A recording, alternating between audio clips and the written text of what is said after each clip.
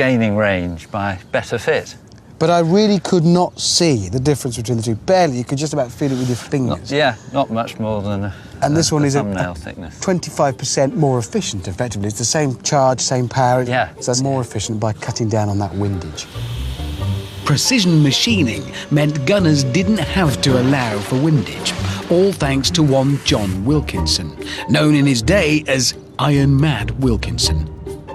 In the late 18th century, he developed the cannon lathe to machine cannon barrels very accurately.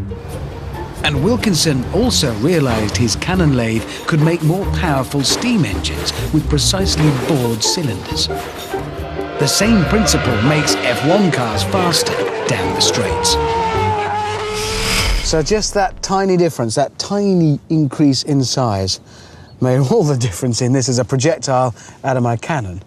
And if we think if that were working as a piston in an engine, firing thousands of times a minute, it would make all the difference there as well. An F1 car revs to 18,000 RPM, 3 times what a normal car manages. An average car produces about 200 horsepower. An F1 car belts out 800. Mind you, it only gets 4 miles to the gallon. Its power translates into staggering straight-line speed, and that is a problem. A jumbo jet takes off at 290 kilometers an hour. An F1 car can exceed that speed 200 times during a race. Sometimes fast cars behave like planes.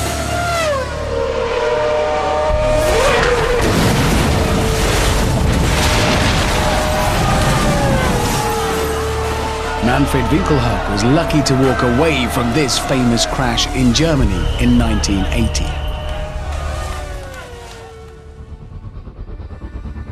It's all to do with the aerodynamic shape of the car.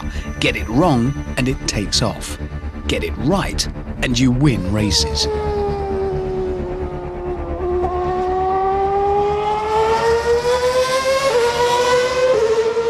Thanks to an ancient, much slower and much quieter vehicle, the sailing boat, Formula One cars can keep all 4 wheels on the ground. The same principle that allows mariners to sail into the wind allows F1 cars to pin the wheels to the tarmac and corner faster.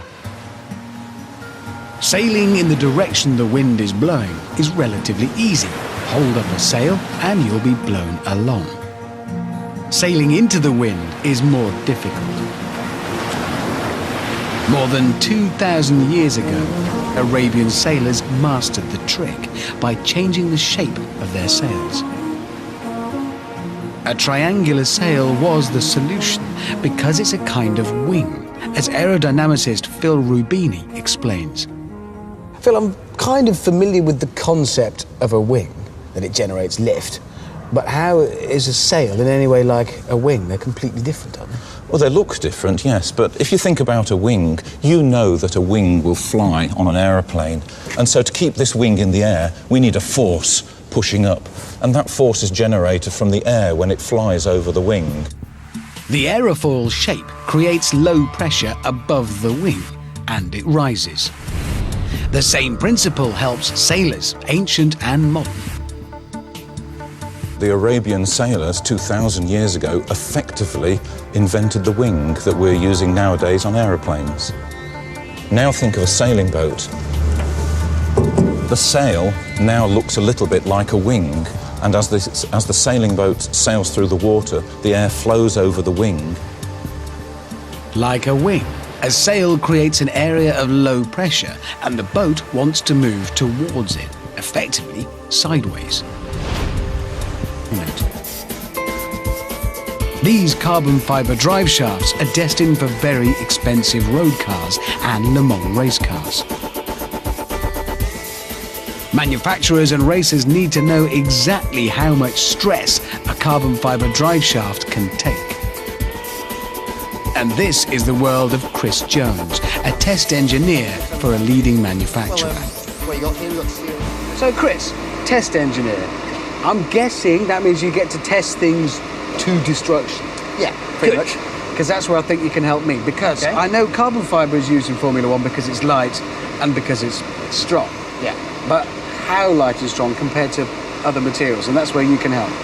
Well, what we've got here, we've got two prop shafts here. Right. I don't know if you want to pick that up. And, So this is a steel prop this shaft. is, yes. So this big lump of metal connects the engine to the wheels. That's so right, all the yes. power goes through this. Along the car, yeah. Right, That's okay. And here we've got the carbon fibre equivalent to the same thing. So if you want to pick that up and... Doesn't weigh anything at all. But I mean, obviously, if carbon fibre is as strong, if this is as strong as the steel one, it's a no-brainer because this is so much lighter, you'd use this. Exactly. But can you tell me how much so? Can you show me how much, if this is as strong as I that? think we can do that. What I'm asking is, can we break them? Yeah, we can give it a shot anyway. Okay, right.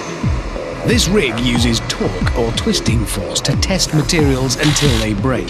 Sensors can judge exactly how much force it managed to cope with before snapping. So when this is working at full tilt and at full power, how much torque can go through it? 8,000 newton meters we can put through with this rig.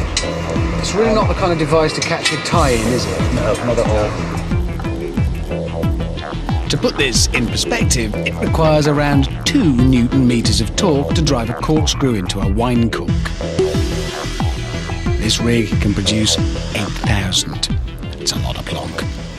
So that piece of plastic and these glasses will protect us from the immense forces being unleashed with it. That's the plan anyway. Good. Okay, so, fine. Yes. A bit further back, maybe? Okay, you should be okay there. All right. Okay, well that's on its way up. You see the numbers are rising here. 293. That's a lot of Newton meters of torque. It is. This is twisting. You can see if you look at torque. this end here, you can see this end of the machine. It'll be twisting around. It's yielding already. Look. There we go. So what's this showing us? That's the yield there. So the machine is about to fail. So any second now, it's about to snap.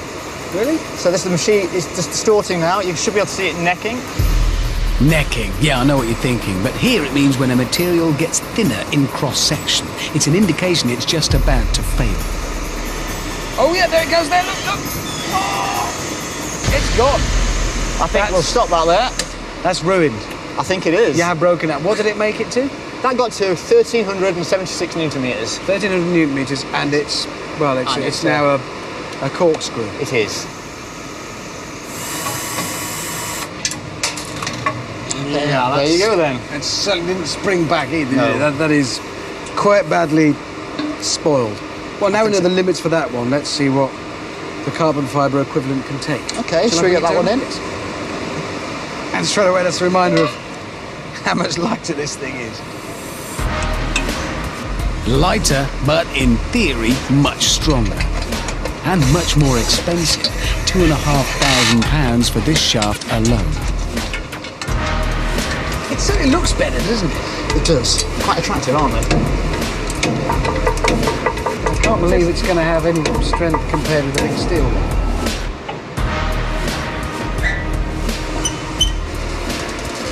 Okay, shall we see what we can do out of this one? Right. So 1,376 is the target. If it can match that, it's matched the much heavier steel. Yes, that's right. Pile it on. We're off.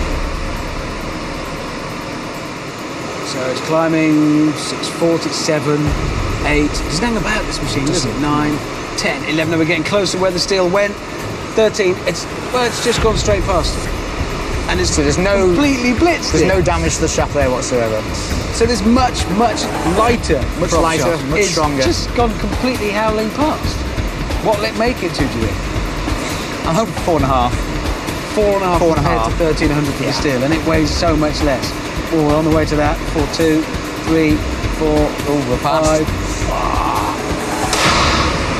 I was just about to ask what happens when it goes. That's what happens Now when I it goes. know. I didn't jump. So it made it to?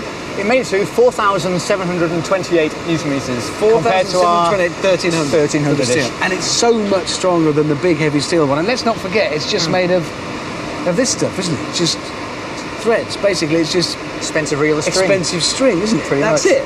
Just that. Thanks to